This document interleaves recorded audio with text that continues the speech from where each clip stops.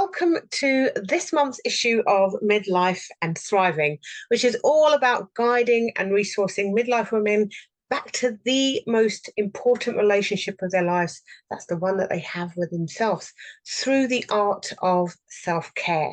And this month, we're really focusing on leadership and actually really looking at this struggle that women in leadership seem to have with self-care, actually bringing it into their lives.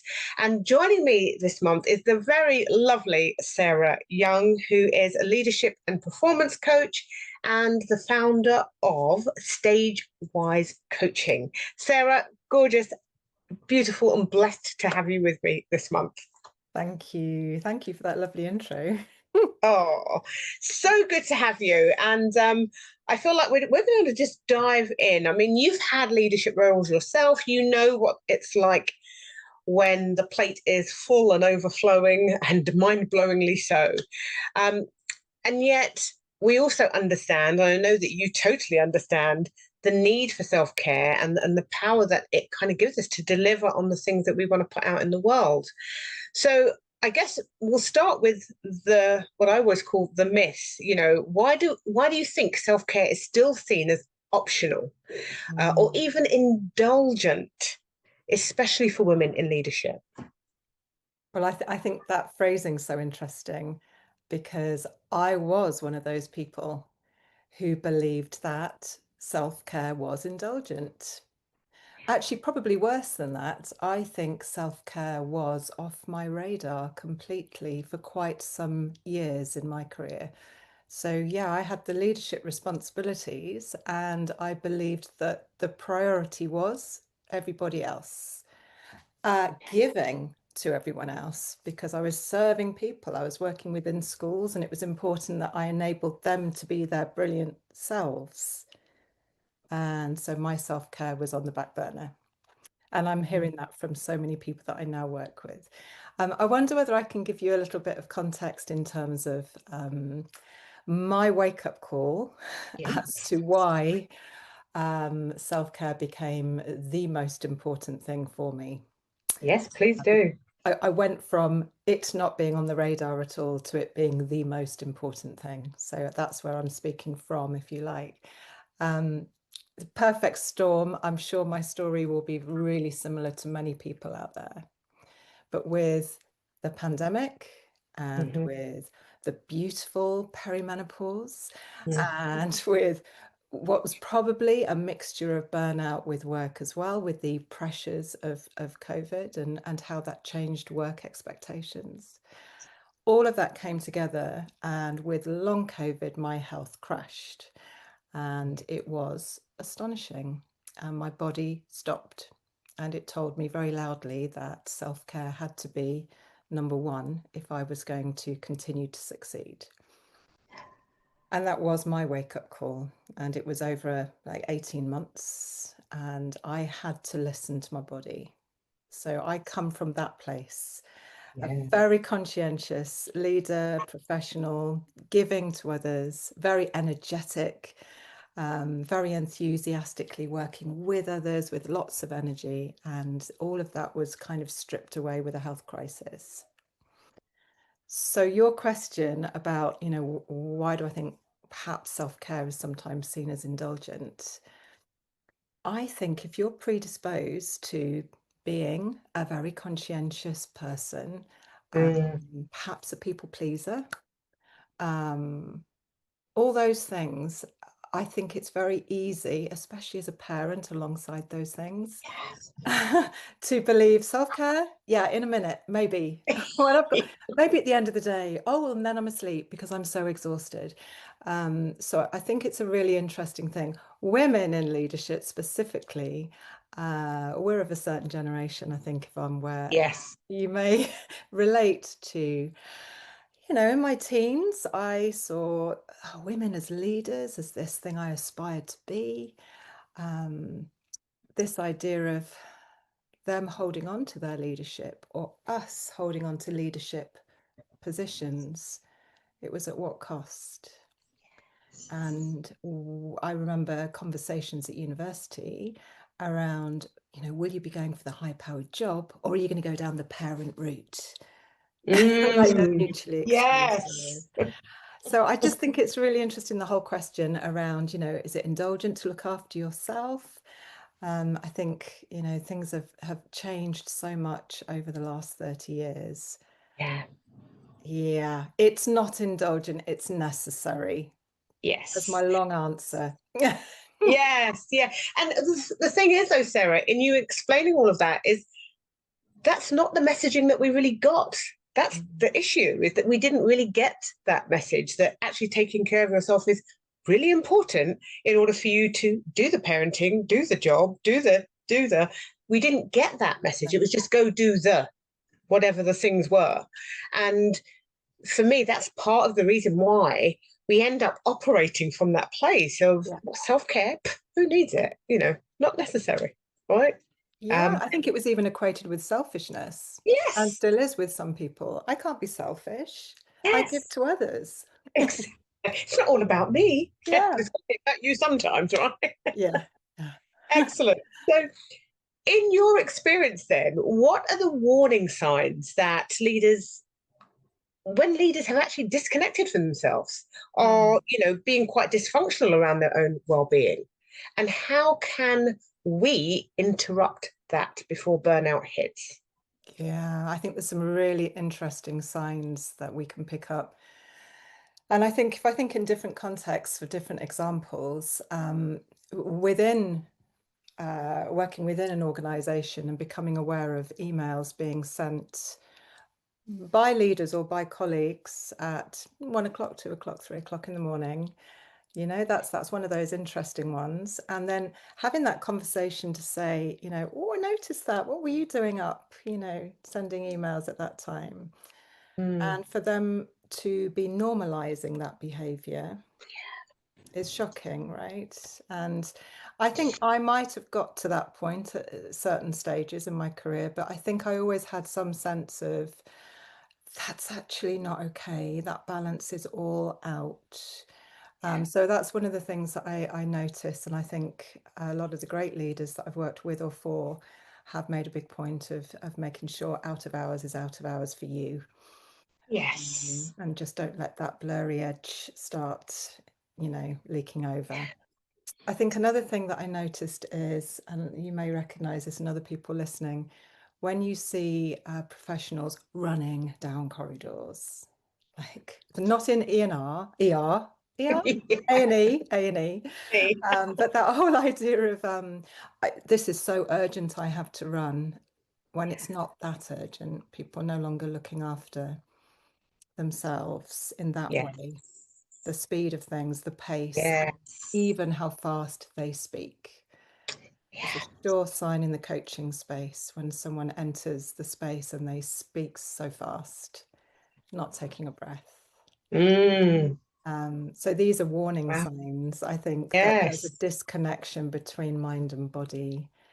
Yeah. And the intent is to be better, be faster, be the best, Yes. impress others, keep up, keep on top of the deadlines, but, to your own detriment.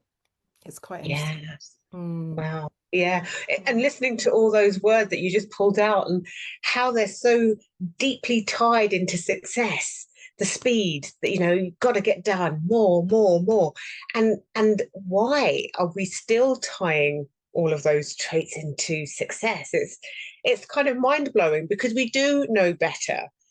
Yeah. And yet we still keep on seeing, and certainly from my experience, a lot of leaders keep on hitting that wall. And it's not once that they get the burnout, it's the 2 times, it's the 3 times before the penny drops that actually I can't continue to do it this way. There Yeah. has to be another way. And I think you've kind of touched on, so many women in midlife are kind of navigating both that personal and professional in their life, the personal shifts and then the professional visibility challenges. So, how does tending to our nervous system, which is the bit that we really need to come back to, Mm. support clearer, more impactful leadership? Well, this was just, a wonderful epiphany for me when I kind of realized that actually what I'd been teaching to young adults and older teenagers in my teaching career as a drama specialist and actor trainer, Mm. actually I was helping them regulate their nervous systems in order to have the confidence and the courage to stand up on a stage, put themselves in a position that was really stressful, and engage their audiences with presence and kind of this steadiness. Mm. And I'd been doing this in my career, but now you think about it and how it translates into what I do with professionals. Personal and professional shifts for women in midlife, if you like. I think there are so many things in there around confidence and frustration. And I think due to many, many factors, and we're all unique with different challenges, of course, but in terms of health and age and Yes. so many things that affect how we are perceived and how we perceive ourselves and position ourselves, we can have our confidence significantly knocked. And when our confidence is knocked and we lose that inner strength or self-belief, our whole physiology shifts and it becomes harder to take courageous steps. Mm. Suddenly the little steps feel like you need a massive courage even to do those things. So I think it's interesting what you were talking about with visibility.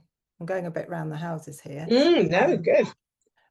But I think I'm thinking about myself actually, and I'm thinking about what it was to have this health crisis at a point in my career where I was thriving and doing really, really well, and then to be sort of felled.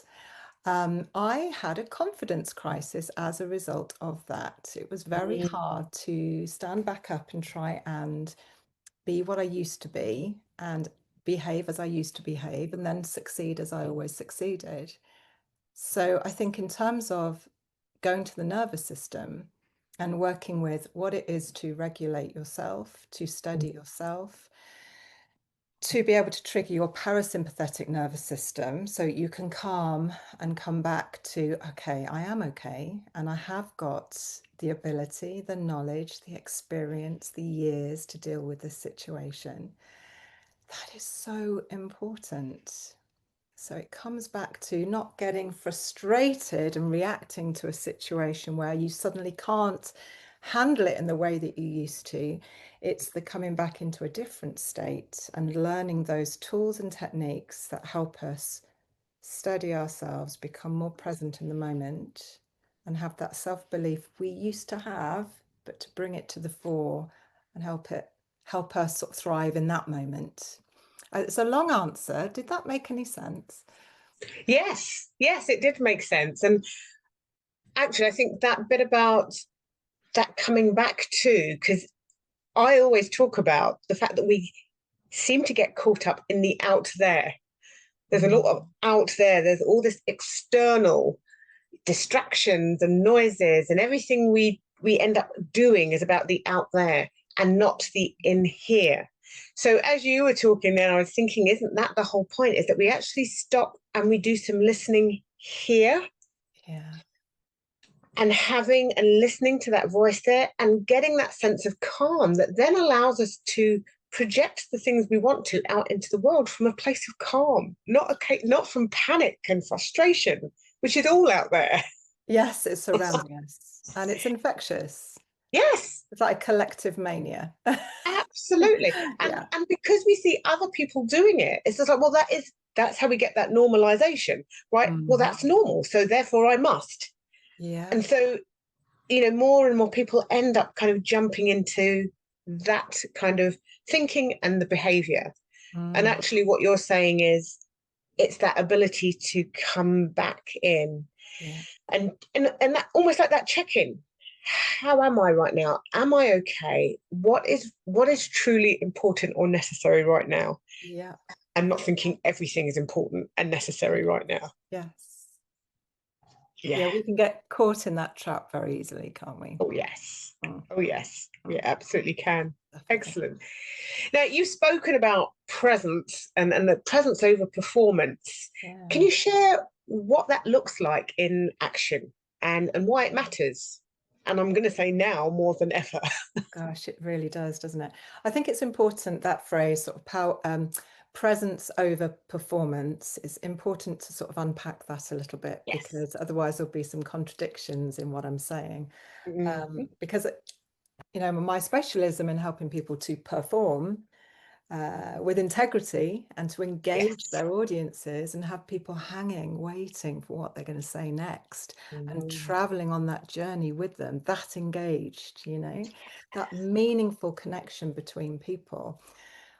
All of that is so important in performance, but if you just have it on like a mask, if you are a leader and you have a leader's mask on, or a leader's suit of armor, or a leader's costume to enable you to play that role, that's not sustainable. And a lot of people I'm finding are getting caught in that trap. And I feel, my gut feeling is that really intelligent people have managed to get to these positions, and, you know, rightly so, absolutely, but haven't necessarily had the training in what it is to feel like the impactful leader in the body in order to then project it outwards, rather than just paint it on the outside, which is a veneer, it's skin deep, and it is not sustainable, and your health will suffer. I masked in my previous life. I masked, definitely. And you can become an expert at masking, and very few people can notice. Yes. But when your health disintegrates underneath, then you have to take notice. So the performance that I'm talking about here is kind of, we need to optimize our performance as opposed to our role that we are playing for the day. Yes. Optimizing our performance in terms of our role as leaders, in communicators, in connectors, in empowerers, as parents, all those roles, important roles we play. It's about feeling it, being it in order to appear it and be successful. It's not just appearance. Yes. Oh, I love that, Sarah. I love that because it's that shift away from, it is like, it's almost like being made up from head to toe to be seen as, right? And actually, no, it's the coming into self and that being of self, and loving that self and allowing all of that wisdom and knowledge that you hold to kind of shine outwards. So that is both your presence, because people see, they literally can see it almost before you've spoken, and then you kind of back it up with all the knowledge that you have as well. So that just feels so much more, well, apart from the fact that it's authentic, it also becomes sustainable. That becomes sustainable when you're just acting out all the time. Even if other people are fooled by it, your innate self isn't fooled by it. And exactly as you said, your health will be impacted, and you can never avoid that part. It will eventually come to pass. Totally. You're in conflict with yourself, even if you don't realize. And that conflict is an energy drain. So it's so important. I think also when you practice this, it is so powerful, because even if you have to put lots of time into this practicing of what it is to feel more grounded, find that inner strength, that real deep resilience, that flexibility and agility, emotional agility, all these things that do take time. You're not born with these things. Not really. These are skills that we can learn. When you do master it, or you are on that journey of mastering it, things do come easier. And that flow and that sense of, oh, this is not taking as much effort as it used to, is the payoff. Yes. It really, really is. And my example of that would be, as a very overly conscientious person for most of my life, I used to, when something was really important, and I still to a certain degree, script things. I would script because I want to make sure that I use my words properly, that I actually communicate what I'm really trying to say. And then, as having gone through actor training and directing and that sort of with the theatre background, I think, no, now I need to learn those lines. And then what happens if I forget my lines, and the stress, the cortisol that would flood your body, where you'd go into, stage fright moment, it's all gone from my head. Well, that is a huge amount of effort. But if you can come back to yourself with those methods and tools and techniques to really fully get into your body and connect your mind with your body and stop overthinking, it starts to flow. Yes. And people can sense that, and they connect with you more meaningfully. And then everything is easier when we're connecting with people rather Yeah. than coming up against challenges of our Indeed. own. Yeah. Indeed, ease and flow, ease and flow. I use that term a lot because I like it. I think it's Yeah. important that we, and you said about that bit about that practice, that we're not born with it. These are things that we get to learn and develop, and they are practices. And I always say they're called practices for a reason. You have to practice them, Yeah. and in deepening the practice, it becomes more and more of just who you are and how you show up. You have to be willing to invest some time into that and Yes. understand that longer term gain from doing it. And I think that that's always really important, because it's like, I haven't got time. I haven't got time. When will you have time? Do you have to wait until you fully break down to Yeah. decide that you now have the time? Why? You know? That has to be the most repetitive theme that comes up in my coaching space. Yeah. And whenever you look at, okay, what's holding you back? What is stopping you from achieving that? It's obvious. It's obvious that it's time there are not enough hours in the day, and we can't invent more hours in the day. We can't do that, but we can very much change how we use those hours and pay it forward. Yes. Yes. Mm. Yes. So good. Oh, so much good information there. Oh, Thank you. Okay. So what do you say to leaders who fear that if they slow down, they'll fall behind or they'll be overlooked, they won't get those promotions, in favor of those that are more aggressive, more full on? What do you say to them? I think it's a really human fear, isn't it? It's a fear of failure, a fear of appearing weak. It's a fear of looking vulnerability in the eye, all those things. I think it's a really human response. But I can't slow down. I can't, because everything else is moving so fast, I'll get left behind. And you hear that all the time. I think we've all felt it. That's Yeah. not just a select few. Um, and also that kind of perception of the louder, more energetic, possibly younger people will just get ahead very quickly if you are not doing everything in your power to push and push and push.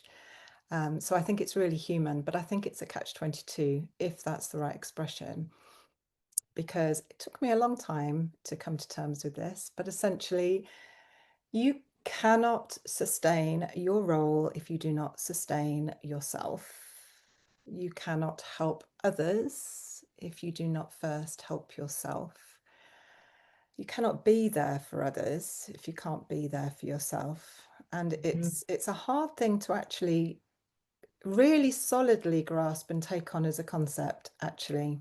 And I would say that is only in probably the last 5 years that I have fully embraced this idea. And it's seeing the results that has made me go, yeah, okay, this actually really does work. I'm a nicer person. I'm a nicer parent. I'm a nicer wife, all those things. But yeah, just looking after yourself first means that you show up in the much better way for everybody else, and then those ripples go outwards, and we can do with positive ripples Yes. reaching far and wide, I think. And we Yeah, want definitely. longevity, right? We all want longevity ultimately. Absolutely. And I also feel that there's something around, certainly with some of the women that I have coached, is, you know what, as you begin to prioritize your needs for all the right reasons, so that you have the energy, the focus, Mm. all of that things to do the brilliant work that you have been put here to do, that other opportunities may appear that Yes. take you out of the situations that you have literally squeezed yourself into. Mm-hmm. Like, I need to be all these things because this is what this demands, and I need to be here. Mm-hmm. But there may be other opportunities that actually fit that understands the importance of putting you first. Do you know, I think that's such a great point, because I think you're speaking of almost rigidity that we get trapped in. And when we're trapped in rigid thinking or rigid behavior, we Mm, get a little bit blinkered and we're on the treadmill, and you don't notice or see other opportunities or possibilities because you're just not there to notice those things. You're so focused on the pushing for something that you don't get pulled towards things that are going to naturally benefit you. yeah. So I think that's a fabulous point. I think you're absolutely right. And I also want to pick up on the other part of your question, actually, which I found really interesting, about when you're in this context of how can you slow down or Mm, pause or take a different approach when you've got these louder, faster, more aggressive voices in the room. I think it's a really interesting issue, and again, one that pops up a lot in my coaching space. And what I have experimented with, and I totally believe this to be true and helpful, mm, is when we work on ourselves to find our own presence, groundedness, get into our bodies and stop overthinking. When we have more presence, we're going to be a little bit more dynamic. We are yeah. quietly more powerful. Mm, And I've worked, I don't know if anyone else has, but you know, when you work in a room or you're in a meeting and there's people saying loads and that person doesn't stop talking and someone's really pushing their own agenda, and there's that person who sits there very calm and quiet, and then they start to speak in the room and everyone turns and they listen to that person. That person's not shouting, but they will tend to get their message across a lot more effectively, male or female. But having that presence of mind, that presence in the body, I think really does have interesting impact on others. It's not about who mm, shouts the loudest. yeah. Yeah. Mm. Again, I think that shouting the loudest, that whole aggression thing, are just things that we have associated with what it takes to be, Yeah. but they're not real, or they're not necessary. We have just bought into the fact that they are necessary. Mhm. But actually, as you were talking there and talking about that quiet presence, my father was incredibly that person. Like, he's passed away, but he would watch and listen to everything. And, some people say, oh, your dad's really quiet. But when he spoke, everybody wanted to hear what he had to say. And I think that is such a beautiful way of being, but also a skill that we can all develop, is Mhm. learn to just observe and listen, Mhm. and then use that really calm approach and not get caught up in the, you know, got to be louder, must have the last word, and all of those things. Yeah, Definitely. But then you're not hijacking a situation, and you exactly. will help trust to build in that room or in the relationships with those people. It's a much deeper connection with others. And then the trust and the respect, oh my gosh, it pays dividends, right? Yeah, Mm. yeah. Fantastic. Okay, so if you could offer one permission slip to midlife women leading today, Mm. what would it be? And how can they begin to embody it without guilt? And there's the thing, without guilt, we all hear it and we go, yeah, but that's the thing I feel guilty about. Without guilt. So I guess I think it is about experiment. Try something different. Because if you carry on in the same track, you'll get what you always got. So try something different always, always. Try little experiments. And I would say make your presence felt by working on your presence. Mm, And perhaps the next time you have an opportunity, whether it be you've got a challenge coming up or a tricky conversation, and it could be within the work context, it could be with a child, whichever. Just as you're entering that moment, take a breath, press pause, take a breath, because in that moment, you have got the choice what you do or say next. You've got that choice. The choice is yours and the power is yours. Don't let anyone take that power away from you. There's your permission slip, Yvonne. Yes, permission accepted. Good. Let me know how it goes. Oh, I love that. And I think that it's such an important thing to kind of put in the mix and finish with, is that permission, because we must get to this place where we give ourselves permission and stop expecting somebody else to give it to us. That could be a very long wait.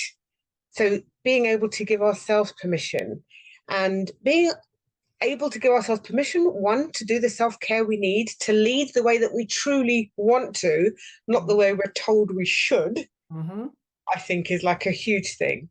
And giving ourselves permission to, I'm going to do this for myself, because I know that in doing so, I will role model much better behavior to the people who matter to me too. Also. Yeah. Great. Thank you. Beautiful conversation. Thank you. Sarah, it has been a joy and a pleasure. I will encourage anyone who watches this, please reach out to Sarah. She's as gorgeous and lovely and approachable any day as she is here. So please do, full of wisdom, and I love the work that you do. Some of our work crosses over, but you have that wonderful drama background as well. And I think that that just brings a whole other level to what you do. So fantastic. Absolute joy. I hope you've enjoyed this and look forward to your comments. Wonderful. Thank you. Thank you. Thanks, Sarah.